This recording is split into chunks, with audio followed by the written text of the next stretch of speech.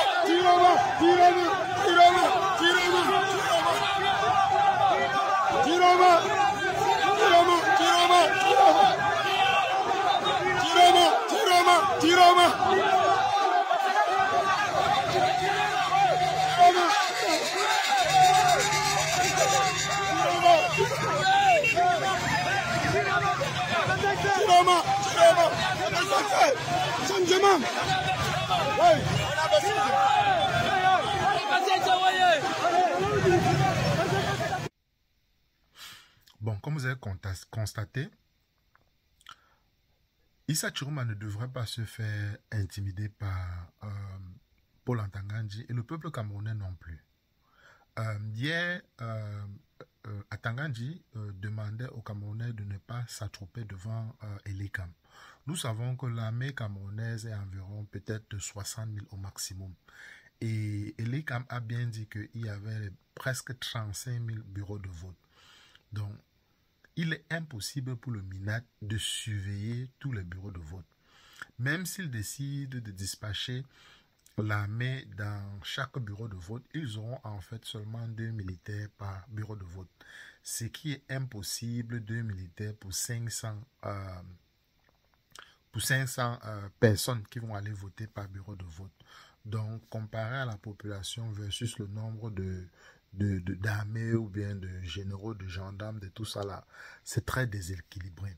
Mais ce qui peut se passer, c'est que Antanganji peut décider de regrouper toutes ces forces-là dans les deux principales villes qui sont Yaoundé et Douala. Mais aussi, on a quand même vu qu'à l'extrême nord, et en tout cas dans le Grand Nord, ils ont environ 2 millions de personnes inscrites dans cette région-là. Je pense qu'il y a 1 million à l'extrême nord, presque 1 million au nord et environ 500 000 dans la Damawa. Donc, il sera très difficile à l'armée camerounaise d'intimider les Camerounais dans les bureaux de vote. C'est pourquoi le peuple camerounais ne devrait pas reculer aux menaces d'Antanganji. Chaque Camerounais doit vérifier les votes et faire en sorte à ce qu'on publie et on montre comment Paul Biya a perdu lamentablement. J'ai même fait une vidéo hier où je pronostiquais qu'il sera loin du top 5 Paul Biya. Donc il est impossible que Paul Biya soit même dans le top 5 des élections crédibles et des résultats crédibles qu'on aura demain. Et je pense aussi qu'Anissé Ekane a fait une publication, a fait une sortie hier, il a répondu à Antanganji. Il a dit qu'on aura les résultats de vote au plus tard dimanche soir. Donc le peuple camerounais n'en peut plus. On ne peut plus supporter qu'Antanganji puisse mépriser le peuple. On ne peut plus supporter qu'Antanganji passe son temps à intimider le peuple et à envoyer la police. Et aussi, j'aimerais aussi envoyer un message à l'armée. Vous ne pouvez pas refuser les ordres, mais ne brutalisez pas le peuple. Parce que le peuple lutte pour le bien aussi de l'armée. Quand vous faites les accidents Douala Yaoundé, la route ne discrimine pas. Quand Ineos coupe la lumière, on ne laisse pas la lumière dans les maisons des policiers ou des militaires. On se bat tous pour avoir un Cameroun meilleur et le peuple camerounais doit se battre effectivement. Dans les deux vidéos que je veux conclure la vidéo en répondant à certains abonnés qui s'interrogeaient pourquoi est-ce que les journalistes n'ont pas répondu à Antanganji Je pense que Rodrigue Tongue a posé une question à Tangandi hier lors de sa sortie et je vais lire le dialogue.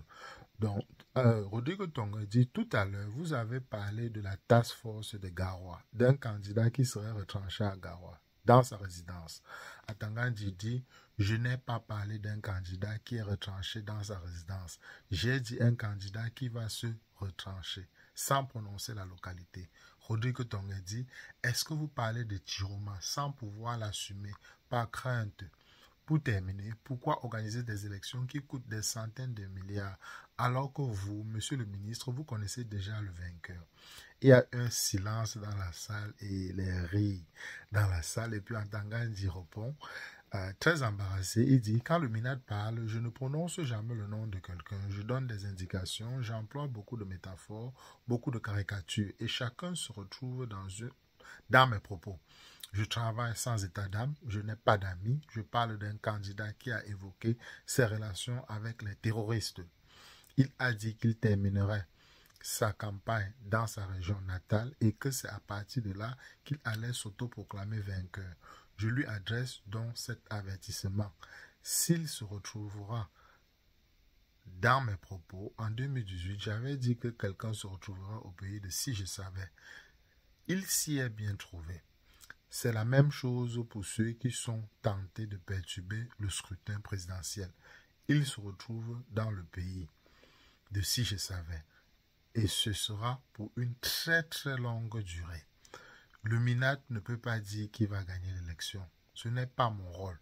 Mais je peux vous dire, arrondissement par arrondissement, qui a fait campagne où. J'ai la carte électorale. Je n'ai pas moi-même. Ce n'est pas moi qui ai dit que le Cameroun a l'opposition la plus bête du monde. Bon, entre guillemets, voilà un peu ce que Tangandi a dit hier. Et aujourd'hui, il a mis sa menace à exécution puisqu'il a envoyé des centaines de militaires, de gendarmes en fait, dans la ville de Garoua pour cueillir Chiroma demain si Chiroma tente de dire qu'il a gagné les élections. Bon, voilà un peu ce que je voulais partager avec vous aujourd'hui les amis. En tout cas, on se rapproche du but ultime. C'est au peuple camerounais. La balle est dans votre camp. La balle est au camp de Issa Chiroma. Restons soudés et peut-être au plus tard lundi, le Cameroun sera probablement libéré. Ou ça pourra prendre encore quelques jours. Mais cette fois-ci, on ne va pas laisser le gang d'Etoudi nous voler encore les élections. Prenez tout soin de vous et on se reprend très rapidement s'il y a de nouvelles informations.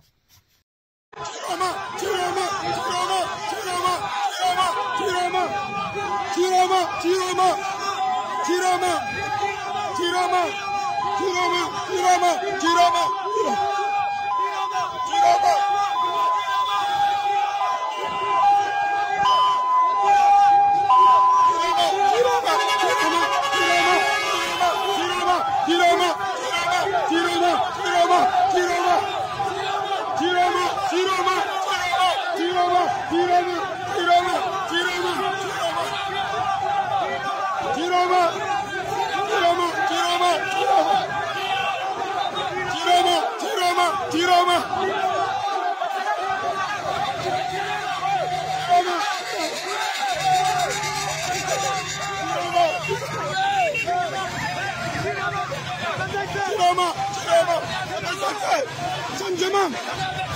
Oui.